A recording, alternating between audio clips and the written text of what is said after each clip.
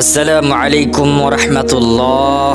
প্রিয় দর্শক বৃন্দ, আজ আমরা এমন এক ইমানি জাগরণের গল্পের পথে হাঁটব যা আমাদের অন্তরাত্মাকে স্পর্শ করবে এবং মহান স্রষ্টার প্রতি আমাদের আস্থা আরও দৃঢ় করবে। এটি একজন অতি সাধারণ মানুষের উপাখ্যান, যার প্রতিটি মুহূর্ত কাটত বিসমিল্লার বরকতে এবং পরম করুণাময়ের উপর অটল বিশ্বাসে। চলুন বহু বছর আগের সেই চমৎকার কাহিনীটি আমরা শুরু করি। এক সুজলা সুফলা জনপদে এক অতি দরিদ্র কাঠুরিয়া জীবন অতিবাহিত করত। তার জীর্ণ কুঁড়ে ঘরটিতে তার সঙ্গী ছিল কেবল তার সহধর্মিণী এবং একটি প্রিয় সন্তান। লোকটির জীবন ছিল নিরন্তর প্রতিকূলতা আর লড়াইয়ে ঘেরা।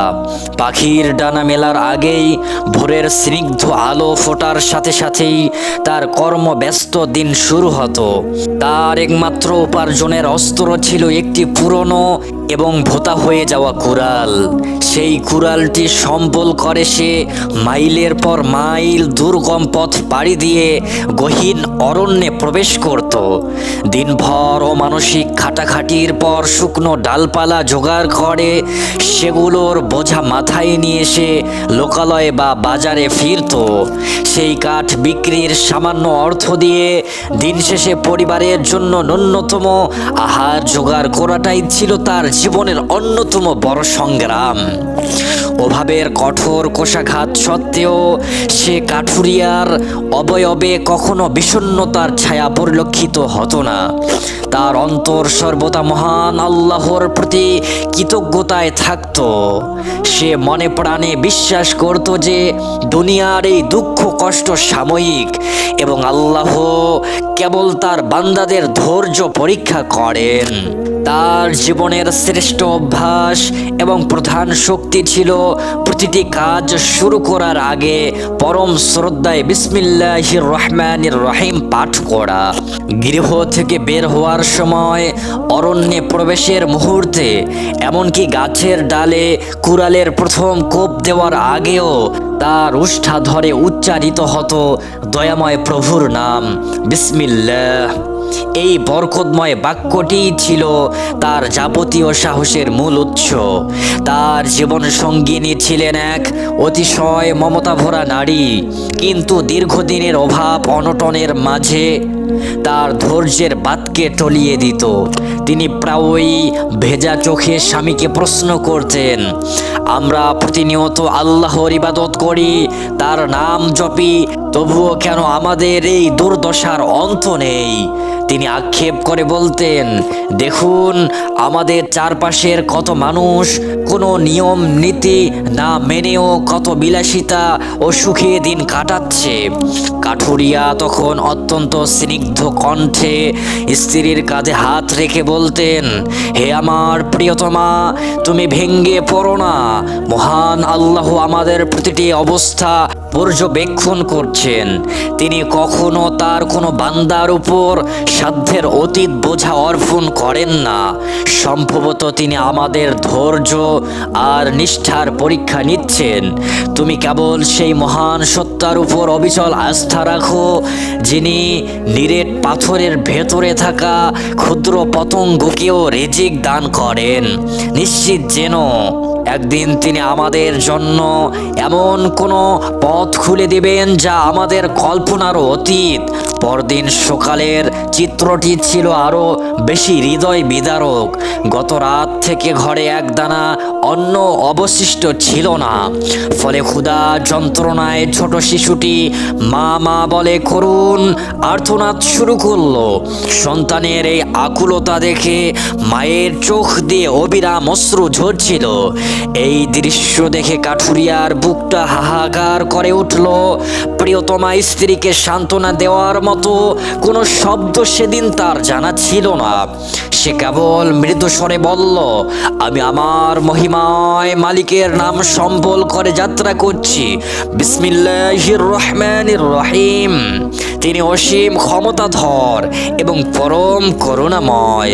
নিশ্চয়ই তিনি তার মুখাপেক্ষী বান্দাকে শূন্য হাতে ফেরত দিবেন না। এই দৃঢ় বিশ্বাস নিয়ে সে কম্পিত হাতে কুড়ালটি কাঁধে তুলে নিলেন। অশ্রু ভেজা চোখে এবং গভীর ইমানের সঙ্গে বিসমিল্লাহ পাঠ করে এক অনিশ্চিত ভবিষ্যতের উদ্দেশ্যে সে ঘর থেকে পা বাড়ালো। কাঠুরিয়া তার চিরচেনা পথ ধরে অরণ্যের দিকে এগিয়ে চলল, কিন্তু আজ তার চরণে ছিল মন্থর গতি। তার ভরাক্রান্ত হৃদয়ে বারবার ভেসে উঠছিল ক্ষুধার্ত সন্তানের মুখ আর সহধর্মিনীর সজল নয়ন। সে মনে মনে প্রতিজ্ঞা করল, আজ যে কোনো মূল্যে তাকে অধিক পরিমাণে কষ্ট সংগ্রহ করতে হবে, যাতে অন্তত কয়েকদিনের আহারের সংস্থান হয়। এই তাড়না থেকেই সে এক নতুন সংকল্প গ্রহণ করল। প্রতিদিন তো বনের সম্মুখ ভাগ থেকেই কাঠ সংগ্রহ করি, যেখানে বড় বৃক্ষের বড়ই অভাব। আজ বনের আরো গহীনে প্রবেশ করব, যেখানে মানুষের পদচারণা নেই বললেই চলে। সেখানে নিশ্চিতভাবেই উন্নত মানের শুকনো কাঠের সন্ধান পাওয়া যাবে। এই দৃঢ় প্রত্যয় নিয়ে সে পরিচিত সীমানা ছাড়িয়ে এক দুর্গম ও নিবিড় অরণ্যের দিকে অগ্রসর হলো। সে যতই গভীরে প্রবেশ করছিল, চারপাশ ততই ভয়ানক ও দুর্ভেদ্য হয়ে উঠল। এক নিমিষের জন্য তার অন্তরে ভয়ের এক শীতল শিহরণ বয়ে গেল, কিন্তু পরক্ষণেই সে মহান রবের পবিত্র নাম বিসমিল্লাহ স্মরণ করল। এই বরকতময় শব্দটি উচ্চারণের সাথে সাথেই তার মনের সমস্ত জড়তা কেটে গেল এবং এক অপার্থিব সাহসের বুকটা ভরে উঠল। দীর্ঘক্ষণ পথ চলার পর যখন সে ক্লান্তিতে অবসন্ন এবং প্রায় নিরাশ হয়ে পড়েছিল, তখনই তার দৃষ্টিগোচর হলো এক বিশাল প্রাচীন মহিরুহ। বৃক্ষটি এতটাই বিশালাকার ছিল যে তার শাখা প্রশাখা চতুর্দিকে দিগন্ত বিস্তৃত হয়ে আছে। সবচেয়ে বিস্ময়কর ব্যাপার ছিল গাছটির একটি অত্যন্ত সুলভ ডাল সম্পূর্ণ শুষ্ক ও মৃতপ্রায় হয়ে ঝুলেছিল, যা দূর থেকেই স্পষ্ট বোঝা যাচ্ছিল। কাঠুরিয়ার দু চোখ আনন্দে উদ্ভাসিত হয়ে উঠল এবং সে অবনত মস্তিষ্কে কৃতজ্ঞতা ভরে বলল, আলহামদুলিল্লাহ, হে আমার পালনকর্তা, নিশ্চয়ই আপনি সর্বোত্তম পরিকল্পনাকারী। সে কাঁধ থেকে কুড়ালটি নামিয়ে কোমরে থাকা গামছা দিয়ে কপালের ঘাম মুছে নিল। সে দমে গেল না, বরং ইমানের শক্তিতে উদ্দীপ্ত হয়ে একের পর এক কোপ বসাতে লাগলো। কয়েকবার সজোরে আঘাত করার পর সহসা এক অভাবনীয় ঘটনা ঘটল। একটি বিকট মটমট শব্দে ডালের একাংশ ভেঙ্গে না পড়ে বরং কোটরের ভেতরে ঢুকে গেল। সেই বিদীর্ণ অংশ দিয়ে ঝর্ণার ধারার মতো ঝরঝর করে অজস্র বস্তু নিচের দিকে পড়তে শুরু করলো।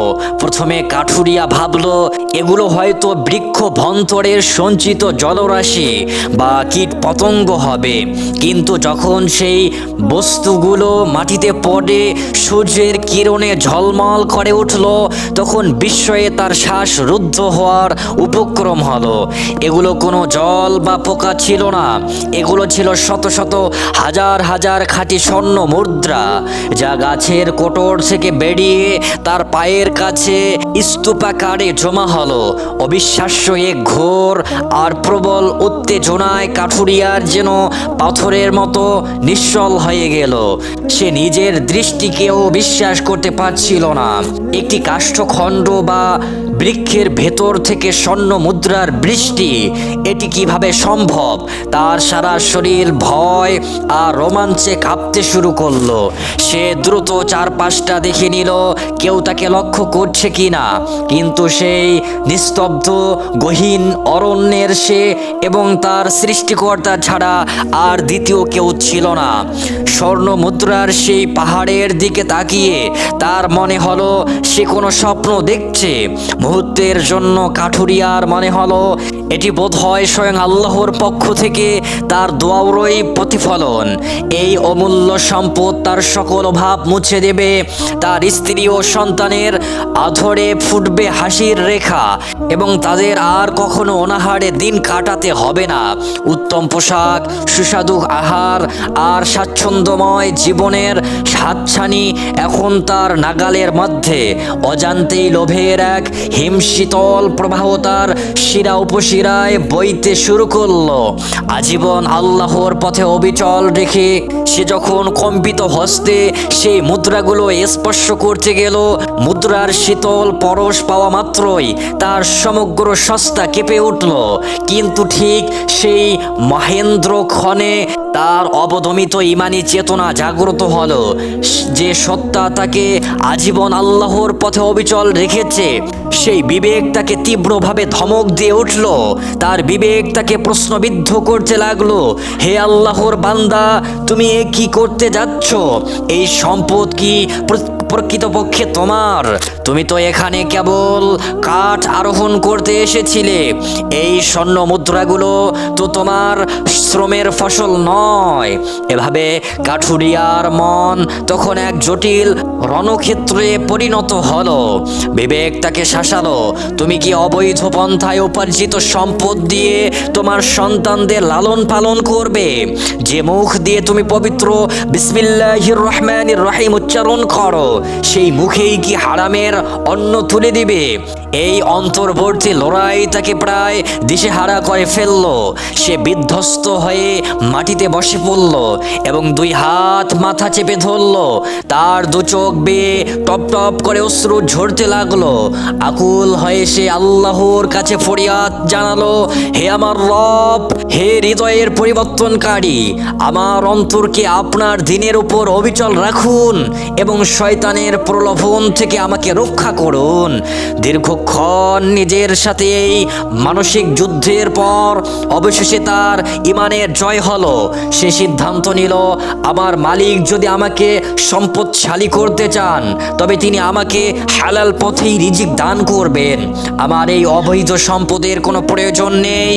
যে আল্লাহ আমাকে এতদিন অভাবের মাঝেও ইমানের উপর টিকিয়ে রেখেছেন, নিশ্চয়ই তিনি আমার জন্য এর চেয়েও উত্তম কোনো ব্যবস্থা রেখেছেন। এই দৃঢ় সংকল্প করার সাথে সাথেই তার মন থেকে যাবতীয় লোভ, সংখ্যা আর অস্থিরতা বিলীন হয়ে গেল। এক অপার্থিব প্রশান্তি তার হৃদয়কে আচ্ছন্ন করলো। সে উঠে দাঁড়ালো এবং একটি স্বর্ণ মুদ্রাও স্পর্শ না করে সেগুলো পুনরায় গাছের কোটরের ভিতরে ঠেলে দিল। অতঃপর ভাঙ্গা ডালের অংশটি দিয়ে কোটরের মুখটি আগের মতো সুকৌশলে বন্ধ করে দিল। এরপর চারপাশ থেকে মাটি, শুষ্ক লতাপাতা আর শ্যাওলা দিয়ে জায়গাটি এমনভাবে ঢেকে দিল যেন সেখানে কোনো কিছু ঘটেছে বা বোঝার উপায় না থাকে। কাজটি সুসম্পন্ন করে সে এক গভীর তৃপ্তির নিঃশ্বাস ফেলল। হারাম থেকে বেঁচে থাকার আনন্দ যে কতটা মাধুর্যময় তা সে আজ প্রথম অনুভব করল। শূন্য হাতে ফেরার আশঙ্কায় মনটা হয়তো সামান্য ভরাক্রান্ত ছিল, কিন্তু ঈমান রক্ষা করার গৌরবে তার বুকটা ভরে উঠল। সে সেই গুপ্ত ধনের গাছের দিকে আর একটা বারও ফিরে তাকালো না। কিছুটা দূরে গিয়ে অন্য একটি সাধারণ বৃক্ষ থেকে কাঠ কেটে বোঝা বাঁধল এবং সেই বোঝা কাঁধে নিয়ে শান্ত মনে গৃহের পথে রওনা দিল। সেই ভূখণ্ডের সন্তান ছিল একজন অত্যন্ত ন্যায়নিষ্ঠ, প্রজাহিতৈষী এবং পরহেজগার শাসক। তিনি প্রায়ই রাতের নির্জনে আল্লাহর ইবাদতে মগ্ন থাকতেন।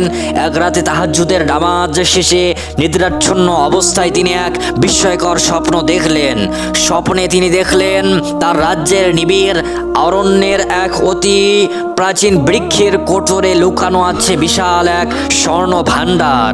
তবে স্বপ্নের সবচেয়ে চমকপ্রদ দিক ছিল তিনি দেখলেন তার ওই রাজ্যের এক নিঃস্ব কাঠুরিয়া সেই গুপ্তধনের সন্ধান পেয়েছে, কিন্তু চরম দারিদ্র্যের শিকার হওয়া সত্ত্বেও সেই লোকটি কেবল আল্লাহর ভয় ও তার উপর অগাধ বিশ্বাসের কারণে একটি মুদ্রাও স্পর্শ না করে সেখান থেকে ফিরে এসেছে। স্বপ্নটি এতটাই বাস্তব ছিল যে জাগ্রত হওয়ার পরই প্রতিটি দৃশ্য বাদশার মানসপটে উজ্জ্বল হয়ে রইল। এই অলৌকিক স্বপ্ন বাদশাকে গভীরভাবে বিচলিত করল। তিনি উপলব্ধি করলেন এটি কোনো সাধারণ কল্পনা নয়, বরং এর পেছনে খোদাই কোনো সংকেত নিহিত আছে। তার শাসনাধীন রাজ্যে এমন একজন পরহেজগার ও ন্যায়নিষ্ঠ মানুষ বাস করেন। এই চিন্তায় তার মন গর্বে ভরে উঠল। তিনি সেই মহৎ প্রাণ মুমিন বান্দাকে দেখার জন্য এবং তার সততার যথোপযুক্ত পুরস্কার দেওয়ার জন্য ব্যাকুল হয়ে উঠলেন।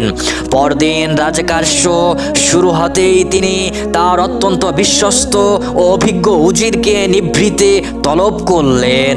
উজিরের কাছে স্বপ্নের আদ্যপান্ত বর্ণনা করে তিনি নির্দেশ দিলেন, আপনি অতি সত্বর একদল নির্ভরযোগ্য সৈন্য নিয়ে অরণ্যে যান। স্বপ্নের বর্ণনা অনুযায়ী সেই বৃক্ষ স্বর্ণ মুদ্রা উদ্ধার করে রাষ্ট্রীয় কোষাগারে জমা দিন। তবে সবচেয়ে জরুরি কাজ হলো সেই সৎ কাঠুরিয়াকে খুঁজে বের করে অত্যন্ত সম্মানের সাথে আমার দরবারে নিয়ে আসা। আমি নিজ হাতে তাকে পুরস্কৃত করতে চাই। কিন্তু বাদশার জানা ছিল না যে তার এই ভরসাযোগ্য উজিরের হৃদয়ে বাসা বেঁধেছে হীনলোভ আর কপটতার বিষ বাষ্প।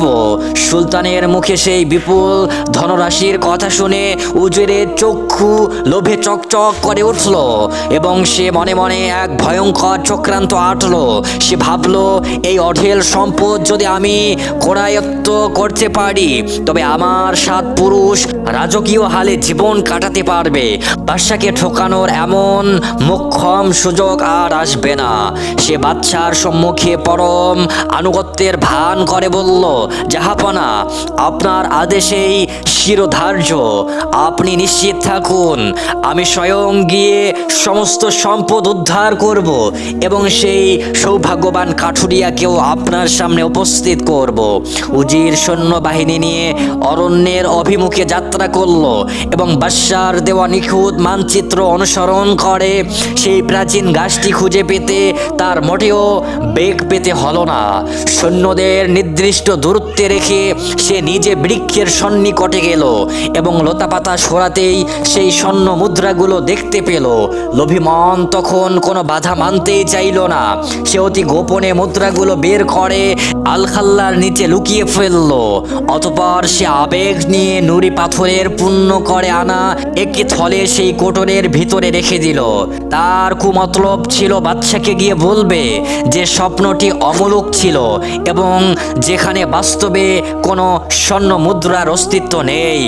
অজির ভাবল, যদি কাঠুরিয়াকে খুঁজতে পাওয়া যায় তবে সে যখন স্বর্ণের বদলে পাথরের থলে দেখবে তখন সে নিজেই কিংকর্তব্য বিমূঢ় হয়ে পড়বে আর সবাই তাকে মিথ্যাবাদী বলে গণ্য করবে। এদিকে কাঠুরিয়া যখন সারাদিন পর কেবল এক বোঝা সাধারণ কাঠ নিয়ে গৃহে ফিরল তখন তার স্ত্রী চরম উৎকণ্ঠা নিয়ে দুয়ারে দাঁড়িয়েছিল। স্বামীর কাঁধে সামান্য কাঠের ভার দেখে তার আশাহত মুখটি আমলান হয়ে গেল।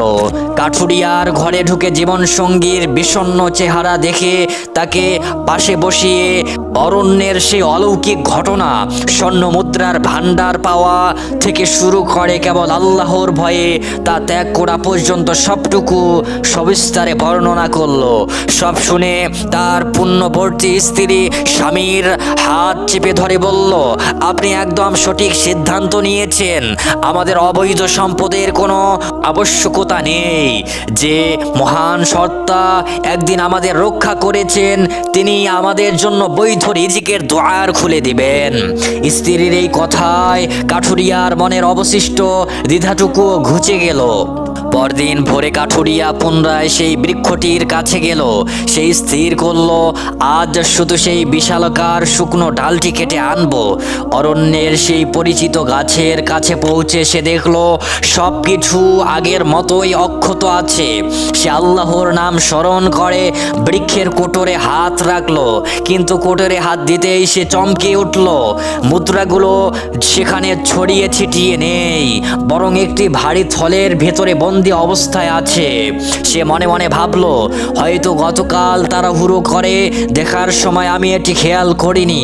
সে বিন্দুমাত্র চিন্তা না করে সেই ভারী থলেটি গাছে তুলে নিল এবং স্থির করলো, এই পাপাচারের বোঝা আমি বহন করতে পারবো না। একে লোকালয় থেকে দূরে কোথাও বিসর্জন দিয়ে আসবো। এই ভেবে সে থলেটি সঙ্গে নিয়েই অন্য একটি বৃক্ষ থেকে কাঠ সংগ্রহ করে বাড়ির পথে পা বাড়ালো। বাড়ি ফিরে সে আঙ্গিনার এক কোণে কাঠের বোঝা ও সেই রহস্যময় থলেটি নামিয়ে রাখলো। সেই স্ত্রীকে ডেকে বলল, দেখো, শয়তান পুনরায় আমাকে প্রলোভন জালে জড়াতে চেয়েছিল। এই সেই স্বর্ণ মুদ্রার থলি, চলো একে এমন কোন নির্জন স্থানে বিসর্জন দিয়ে আসি। তার স্ত্রী কৌতূহল সামলাতে না পেরে থলেটির মুখ উন্মোচন করলেন, কিন্তু ভেতরে দৃষ্টিপাত করতেই তিনি বিস্ময়ে চিৎকার করে উঠলেন। কাঠুরিয়া দ্রুত কাছে এসে দেখলো থলেটি স্বর্ণ মুদ্রার নয়, বরং চকচকে ও মসৃণ কিছু পাথরের নুড়িতে পরিপূর্ণ হয়ে আছে। স্ত্রীর চোখে মুখে নরম হতাশা ফুটে উঠল, কিন্তু কাঠুরিয়া এই ঘটনায় বিন্দু মাত্র বিচলিত হলো না এবং এক দীপ্ত হাসিতে মুখ উজ্জ্বল করলো। সে আকাশের দিকে তাকিয়ে কৃতজ্ঞতা ভরে বলল, আলহামদুলিল্লাহ, নিশ্চয়ই আমার প্রতিপালক যা করেন তার মধ্যেই কল্যাণ নিহিত থাকে। হয়তো তিনি চাননি আমরা কোনো অবৈধ সম্পদের ভাগিদার হই, তাই তিনি অলৌকিকভাবে সেগুলোকে পাথরে রূপান্তরিত করেছেন। এই পাথরগুলো আমাদের উপকারে আসবে। এগুলো দিয়ে অন্তত ঘরের জোড়াজীর্ণ উনুনটা মেরামত করা যাবে। স্রষ্টার সিদ্ধান্তের প্রতি স্বামীর এই অগাধ বিশ্বাস দেখে স্ত্রীর মন শান্ত হলো। ঠিক সেই মুহূর্তে তার জীর্ণ কুটিরের সামনে একদল রাজকীয় প্রহরী এসে উপস্থিত হলো। সৈন্য দলের প্রধান কাঠুরিয়াকে উদ্দেশ্য করে বলল, মহামান্য সুলতান আপনাকে তলব করেছেন। কাঠুরিয়া শঙ্কিত চিত্তে সৈন্যদের সাথে রাজপ্রাসাদের অভিমুখে যাত্রা করল। তবে তার অন্তরে তখন কেবল মহান আল্লাহর পবিত্র নাম জপছিল। রাজদরবারে পদার্পণ করে রাজকীয় জাঁকজমক দেখে সে অত্যন্ত সংকোচলিত হয়ে পড়ল। তাকে সরাসরি সুলতানের সম্মুখে উপস্থিত করা হলো। বাদশা কোমল কণ্ঠে শুধালেন, হে আল্লাহর প্রিয় বান্দা, তুমি কি সম্প্রতি অরণ্যের গহীনে কোনো প্রাচীন বৃক্ষের কোটরে লুকিয়ে বিপুল ধনরাশির সন্ধান পেয়েছিলে? কাঠুরিয়া বিনীতভাবে হাত জোর করে শুরু থেকে শেষ পর্যন্ত ঘটে যাওয়া প্রতিটি অলৌকিক ঘটনা অকপটে বর্ণনা করলো। তার এমন সরল ও নির্ভীক স্বীকারোক্তি শুনে দরবারের সকলেই বিস্ময়ে বিমূঢ় হয়ে গেল। সুলতান তখন উজিরকে আদেশ দিলেন, উজির সাহেব, আপনি জঙ্গল থেকে উদ্ধার করা সেই থলেটি সকলের সামনে হাজির করুন। উজির দম্ভের সাথে রাজকোষাগার থেকে আনা সেই থলেটি বাদশার সামনে স্থাপন করলো। অতঃপর বাদশা কাঠুরিয়াকে বললেন, এবার তুমি তোমার সাথে আনা সেই পাথরের থলেটি উন্মোচন করো।